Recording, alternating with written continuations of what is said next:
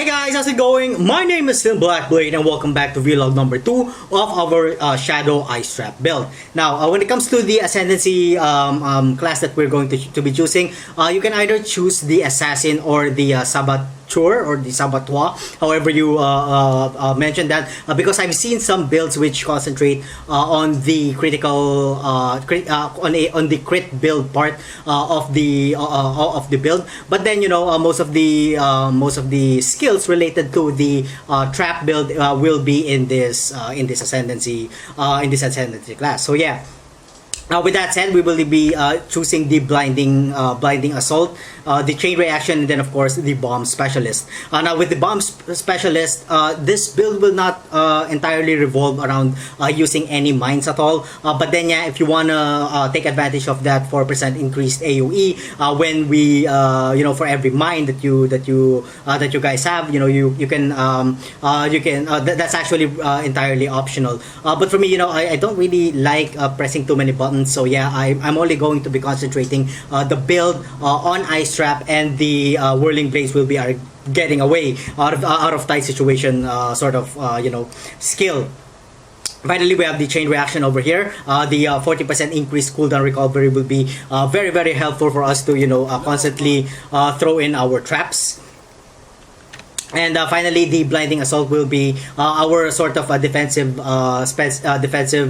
skill node, because we get a 25% chance to create a small cloud when we get hit, and then the 25% chance to be blinded, to blind enemies on hit. And then finally, let's get into the skill tree. Again, this will be a hybrid of an elemental build and a crit build. But then some builds are going on pure crit, and then there are some builds out there that go on pure elemental build. So this will be a mix of the two. Alright, so we've got all of the elemental damage nodes over there, ending with trickery. And then if you would notice, I did get the soul siphon over here, and then the primal spirit. Now the reason that I got both of them is that I'm really having a little bit of trouble when it comes to my mana management. As you can see, per cast is already at 100 mana, and I only have an effective mana pool of 200 plus 224. So yeah, I'm having a little bit of trouble when it comes to my mana management. But then if you guys have excellent gear, I suggest that you guys incorporate some mana regeneration when it comes to your amulets or any part of your gear at all.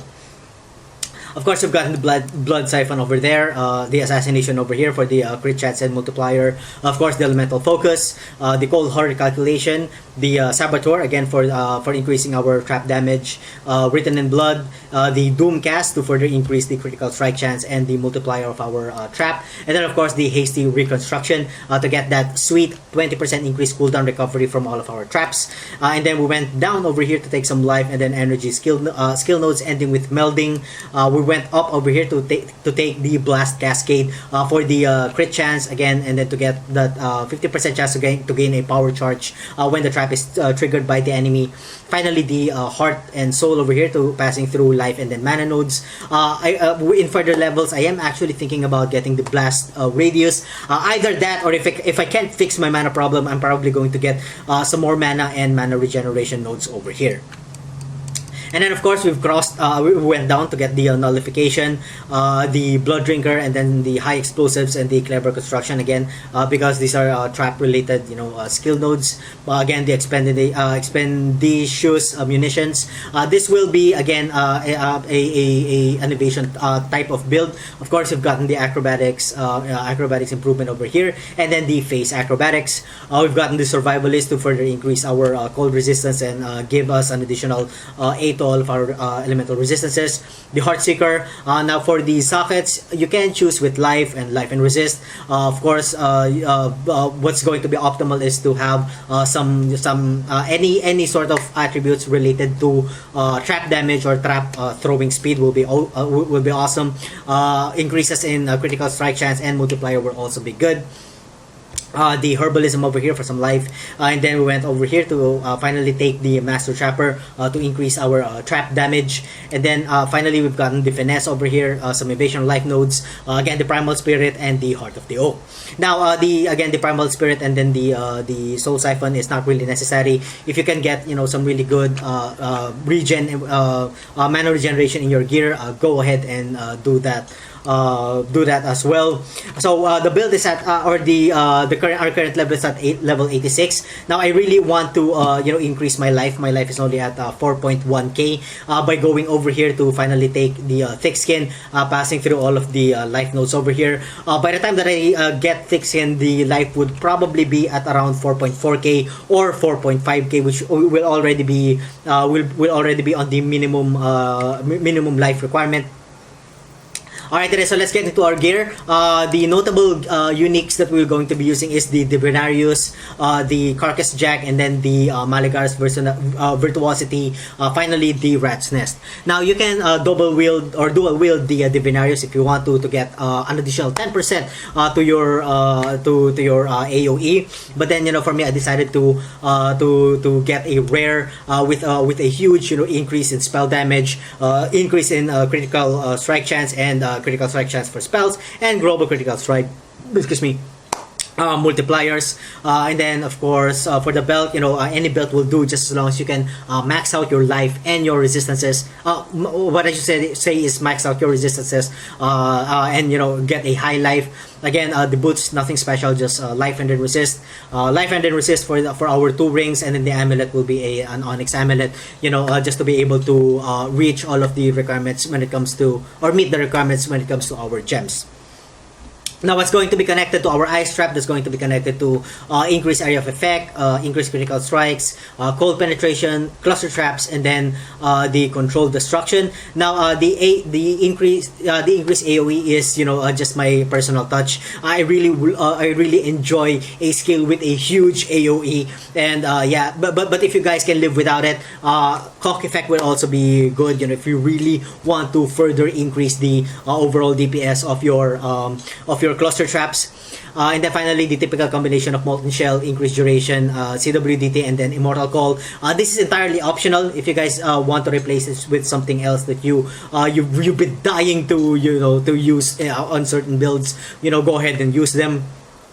Finally, we have minion life support over here attached to Flame Golem. We have Empower, and then we have Blind over there. And then we have CWDT attached to Face Run, and then we have Enlighten over there. The Face Run is kind of like your emergency thing, because when that activates, we get a invisibility.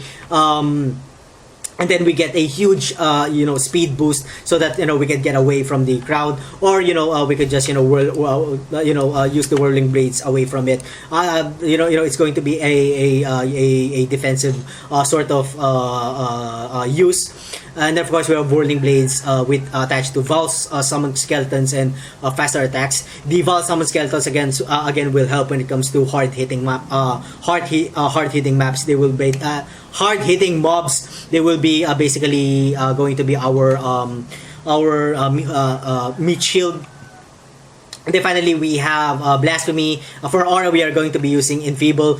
This is going to be really awesome because it reduces every single damage and critical strike multiplier and chances of monsters. Plus, we get that 33% reduced accuracy rating, which is overall going to be helpful, specifically on the fact that we are an evasion type of build. So they're going to be hitting us less and less. And if they do hit us, they suffer from a 28% less damage. So that's going to be awesome. Of course, that's going to be attached to Herald of Ice, just to basically increase our damage a little bit more. And I guess that's about it. So the overall damage of the ice trap is at 7.7k. The crit chance is at 60.79 with a critical strike multiplier of 347. Our evasion rating is at 4.9k with an estimated chance to evade or dodge attacks at 33%. We have a 40% chance to dodge attacks, 30% to dodge spells. All of our resistances are capped with some stun, ignite, chill, and freeze, and shock avoidance there of 20% and 28% respectively. Alright then, so the map that we will be doing will be the Arachnid Nest map. It's a yellow map. From now on, I'm going to try and use, what the hell is going on? And use yellow maps when it comes to showing off the build, so that you guys could have a much more broader general idea on how the build actually works. Alright then, enough talk, here we go. Woo! Alright then, here we go with the gameplay. Again, I do apologize guys when that I wasn't able to make any videos like straight, simply because of the fact that it gets pretty difficult, specifically when I have work. Oh my god, what is that? Oh, I have to kill the rest of the guys before that thing dies. Alright, there we go. I think that will be okay, I guess. Can I summon the oh my god, it already died. Shit, I wasted my my chance over there. But then anyway, so as you can see, the skill is actually pretty good. If I could just find a good solution when it comes to my mana management, that would be awesome. Hi Haku. But yeah, I'm still trying to get some pretty good rolls, because I don't really want to sacrifice the huge life for in my rings for for getting some mana regeneration. But what I really want is probably a good mana regen plus a good life, if I could get that. 50% regen and then 50% life. What I mean is around 75% life. That would be a good ring. Plus, if it's not asking too much, maybe some resistances will also be awesome. Alright then, but enough about that. Let's get into the boss. Now, this is my first time doing this map, so I'm not exactly sure which boss is going to be here. I hope that I don't die, because as far as I know, when it comes to the new maps, they've actually changed up the boss a little bit. So I'm not exactly sure what sort of boss will be here. And yeah, if it's going to be difficult, I may die. So I don't know, maybe. I don't want to embarrass myself.